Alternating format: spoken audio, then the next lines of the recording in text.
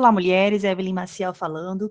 Vamos dar continuidade ao livro Campo de Batalha da Mente, da autora Joyce Meyer, capítulo 15.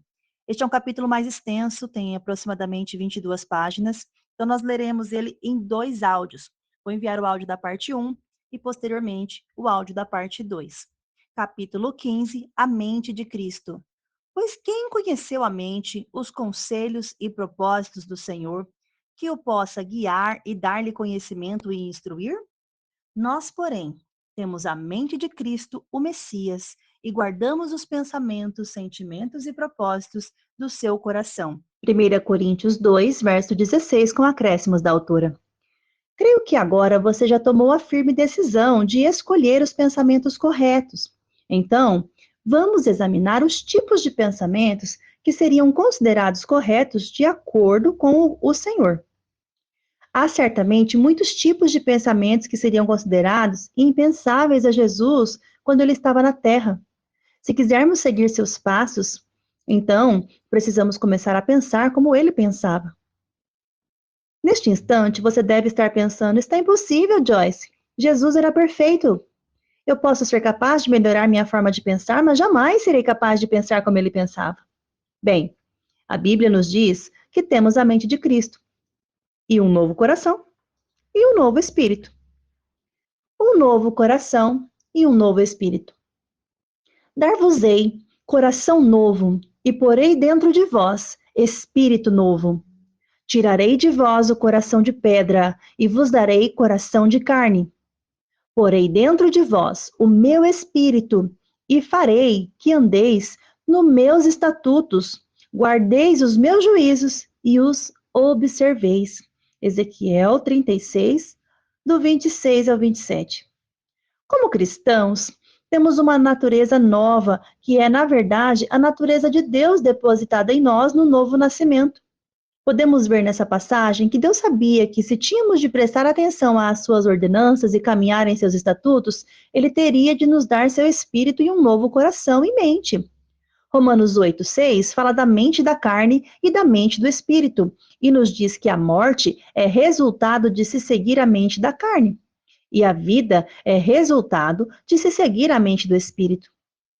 Faríamos um tremendo progresso simplesmente aprendendo a discernir entre vida e morte. Se alguma coisa está lhe ministrando morte, não continue a fazer isso. Quando certas linhas de pensamento o enchem de morte, você sabe imediatamente que essa não é a mente do espírito.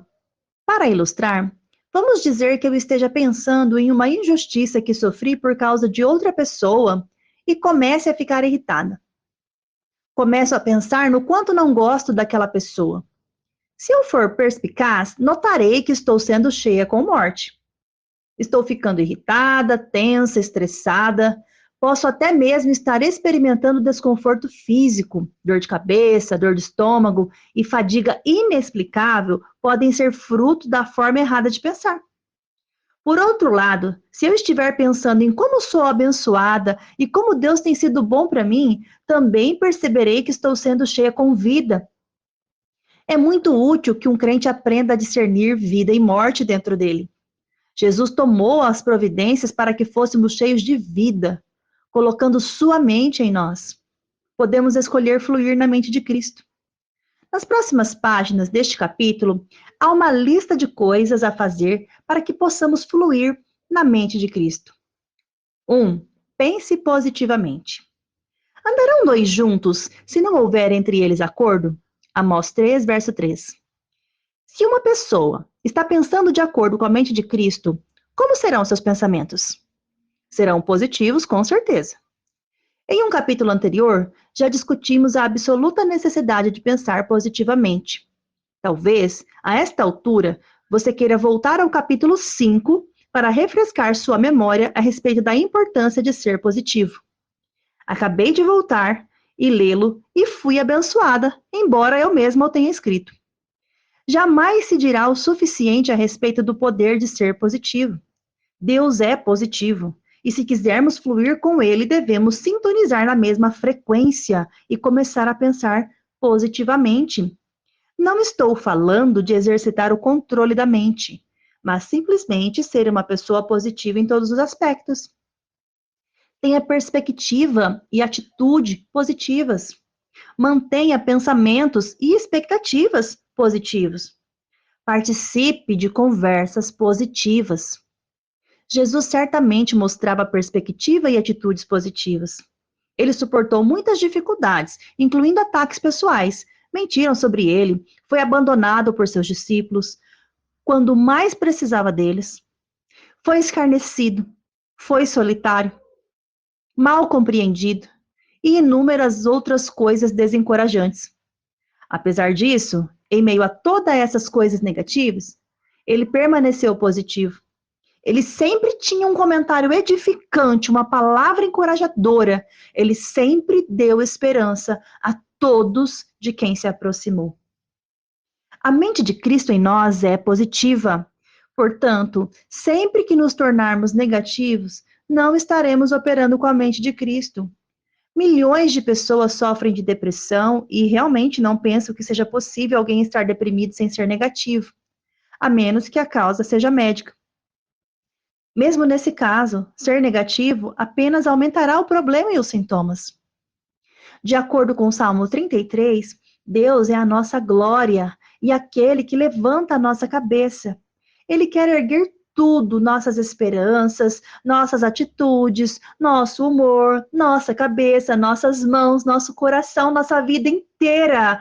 Ele é nosso levantador divino. Deus quer nos levantar e o diabo quer nos empurrar para baixo.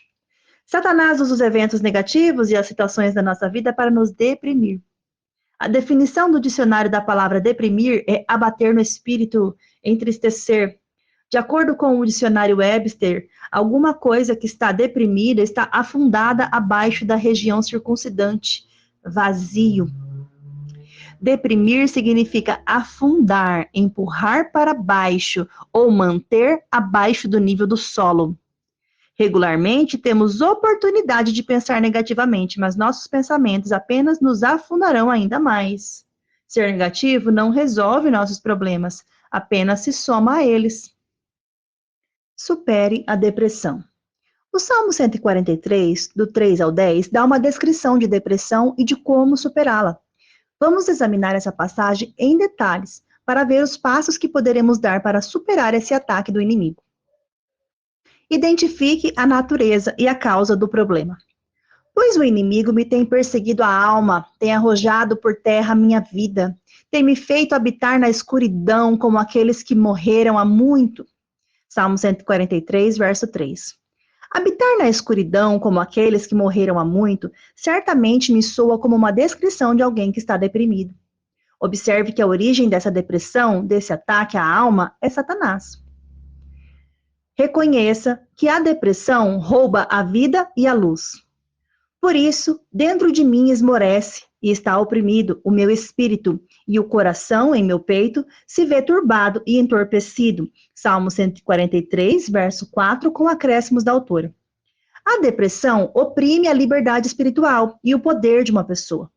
Nosso espírito, fortalecido e encorajado pelo Espírito de Deus, é poderoso e livre. Portanto, Satanás procura oprimir esse poder e liberdade, enchendo nossa mente com escuridão e sombra. Por favor, perceba que isso é vital para resistir ao sentimento chamado depressão imediatamente após sentir sua chegada. Quanto mais lhe for permitido permanecer, mais difícil será resistir. Lembre-se dos bons tempos. Lembro-me dos dias de outrora, penso em todos os teus feitos e considero nas obras das tuas mãos. Salmo 143, verso 5. Nesse versículo, vemos a resposta do salmista à situação. Lembrar, meditar e refletir são funções da mente. Ele, obviamente, sabe que seus pensamentos afetarão seus sentimentos. Então, ele se toma ocupado pensando sobre coisas que o ajudarão a superar o ataque à sua mente. Louve ao Senhor em meio ao problema. A ti levanto as mãos, a minha alma anseia por ti, como terra sedenta anseia por água. Pare e pense nisso claramente. Salmo 143, verso 6, com acréscimos da autora. O salmista conhece a importância do louvor. Ele ergue as mãos em adoração. Ele declara qual é verdadeiramente sua necessidade. Ele precisa de Deus. Apenas Deus pode fazê-lo sentir-se satisfeito. Muito frequentemente, quando as pessoas ficam deprimidas, é porque elas precisam de alguma coisa e procuram no lugar errado, e o que apenas aumenta seus problemas. Em Jeremias 2,13, o Senhor disse: porque dois males cometeu o meu povo. A mim me deixaram o manancial de águas vivas, e cavaram cisternas, cisternas rotas, que não retêm as águas. Apenas Deus pode saciar uma alma sedenta. Não se engane pensando que qualquer coisa pode satisfazê-la inteira e completamente. Correr atrás da coisa errada sempre o deixará desapontado, e o desapontamento abre a porta para a depressão. Peça ajuda de Deus.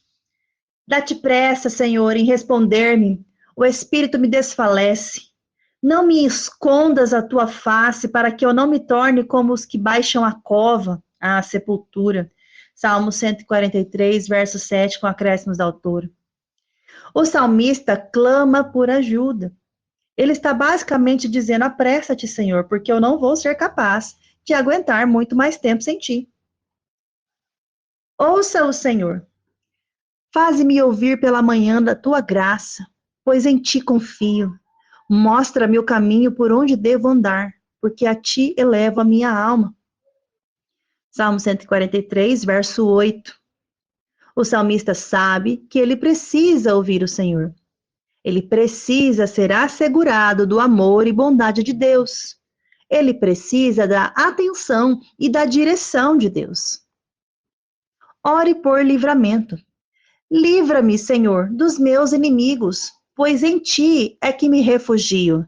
Salmo 143, verso 9.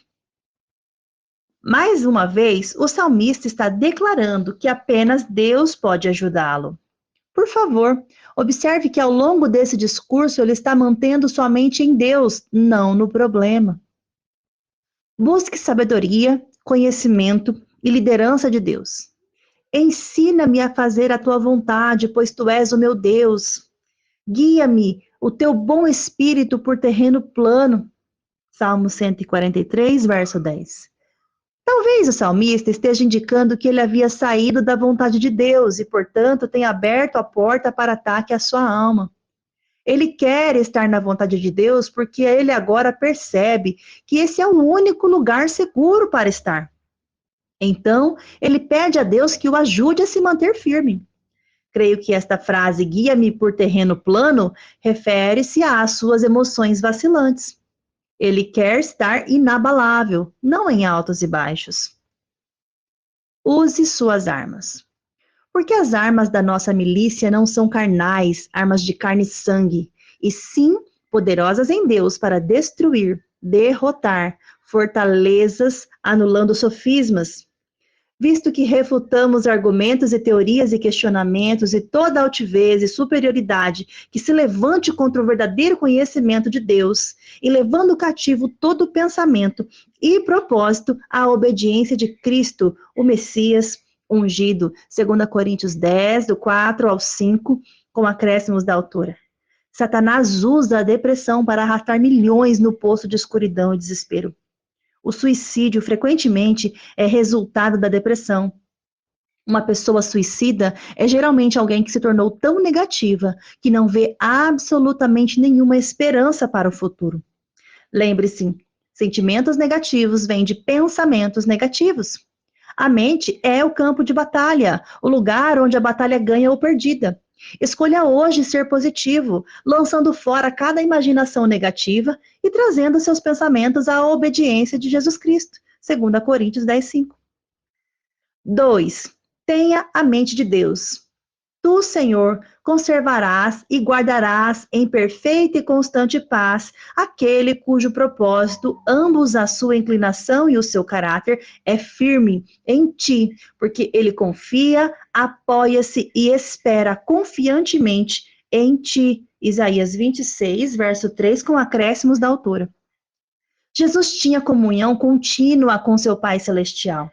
É impossível ter comunhão completa com qualquer pessoa sem ter a mente nela. Se meu marido e eu estamos no carro juntos e ele está conversando comigo, mas eu tenho a minha mente em alguma outra coisa, na verdade, não estamos tendo comunhão porque não estou lhe dando minha inteira atenção.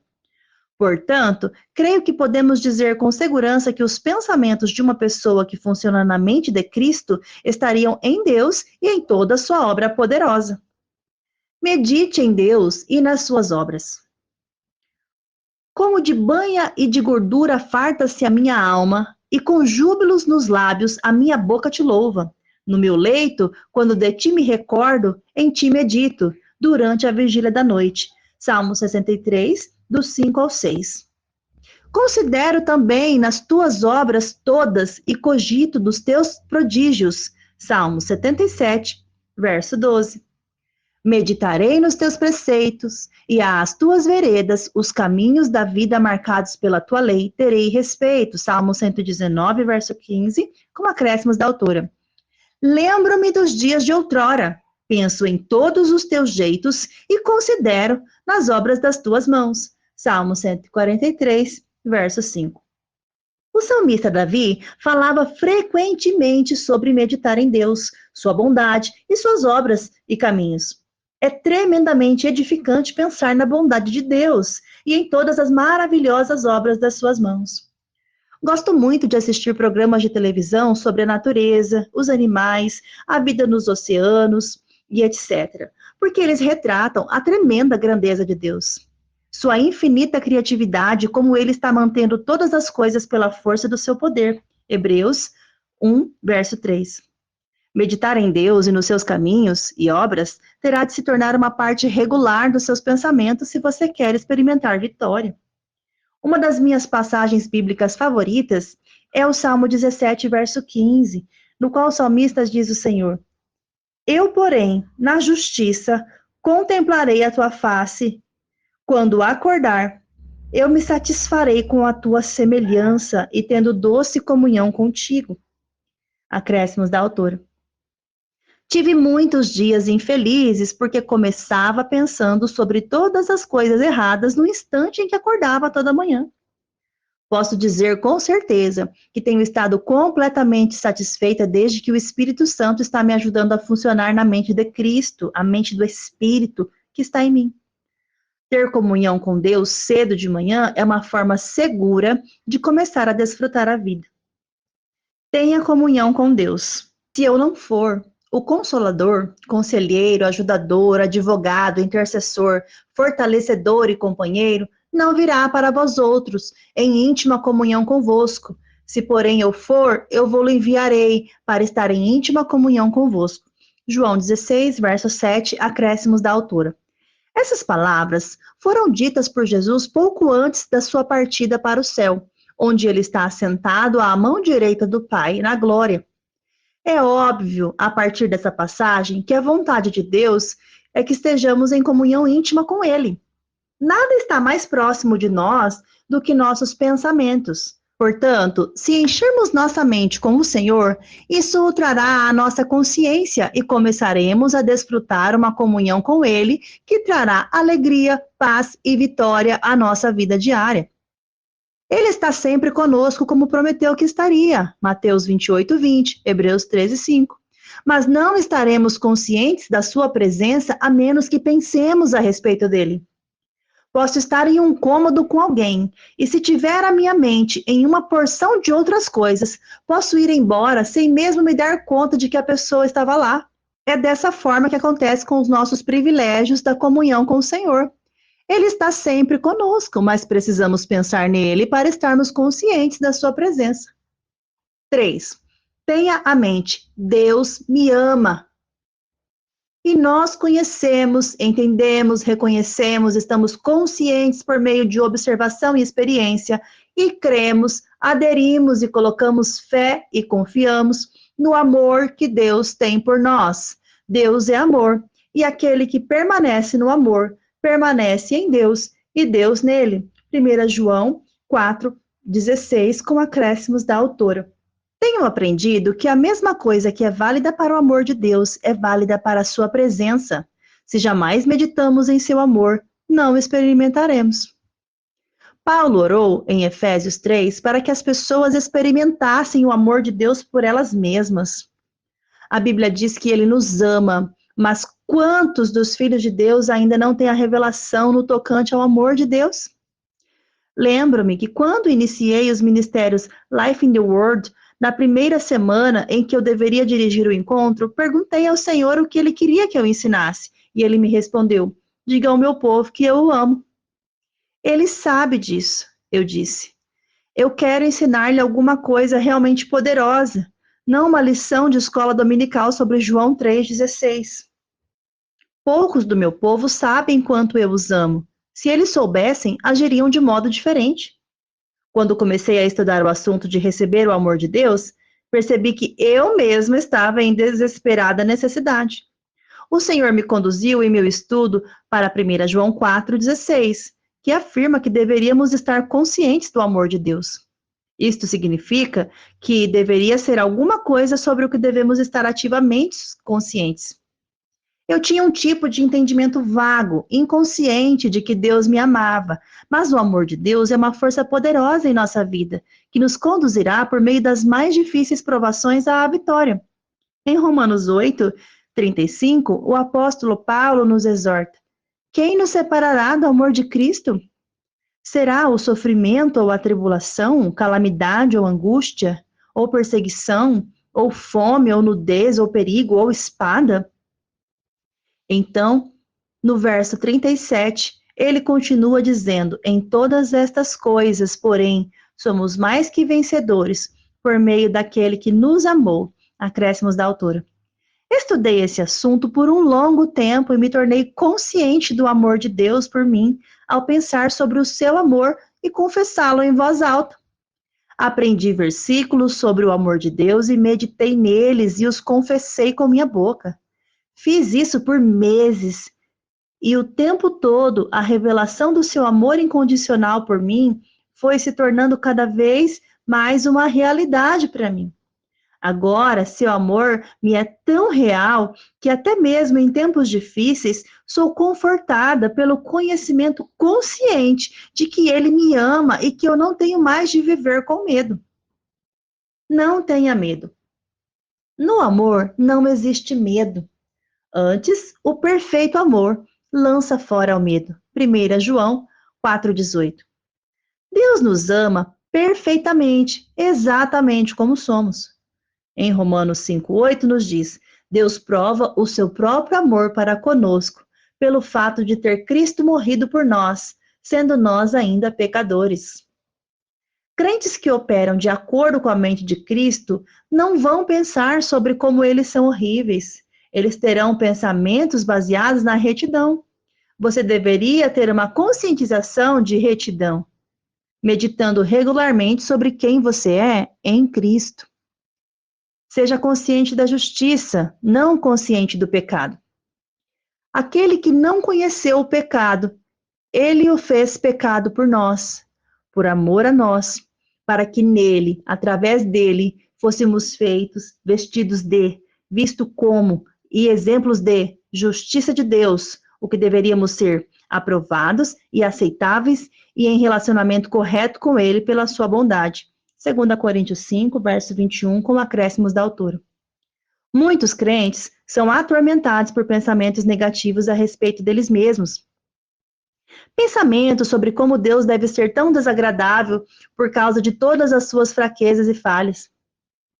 Quanto tempo você desperdiça vivendo debaixo da culpa e da condenação? Observe que eu disse quanto tempo você desperdiça, porque isso é exatamente o que todo tipo de pensamento é. Um desperdício de tempo. Não pense sobre como você era horrível antes de ter vindo a Cristo. Em vez disso, pense como você foi feita a justiça de Deus nele. Lembre-se, pensamentos se transformam em ações. Se você quer se comportar, você deve mudar sua forma de pensar primeiro. Continue pensando em como você é horrível e você apenas agirá de maneira pior. Cada vez que um pensamento negativo condenatório vier à sua mente, lembre-se de que Deus o ama e que você foi feito à semelhança da justiça de Deus em Cristo. Estamos mudando para melhor o tempo todo. Cada dia você está crescendo espiritualmente. Deus tem um plano gracioso para a sua vida. Essas são verdades sobre as quais você deve pensar. Isso é o que se espera que você esteja fazendo com a sua mente. Pense deliberadamente de acordo com a palavra de Deus. Não pense em apenas qualquer coisa que caia em sua cabeça, recebendo isso como seu próprio pensamento. Repreenda o diabo e comece a ir adiante, pensando pensamentos certos. Assim nós finalizamos a primeira parte desta audioleitura do capítulo 15. Que Deus te abençoe e até o próximo áudio.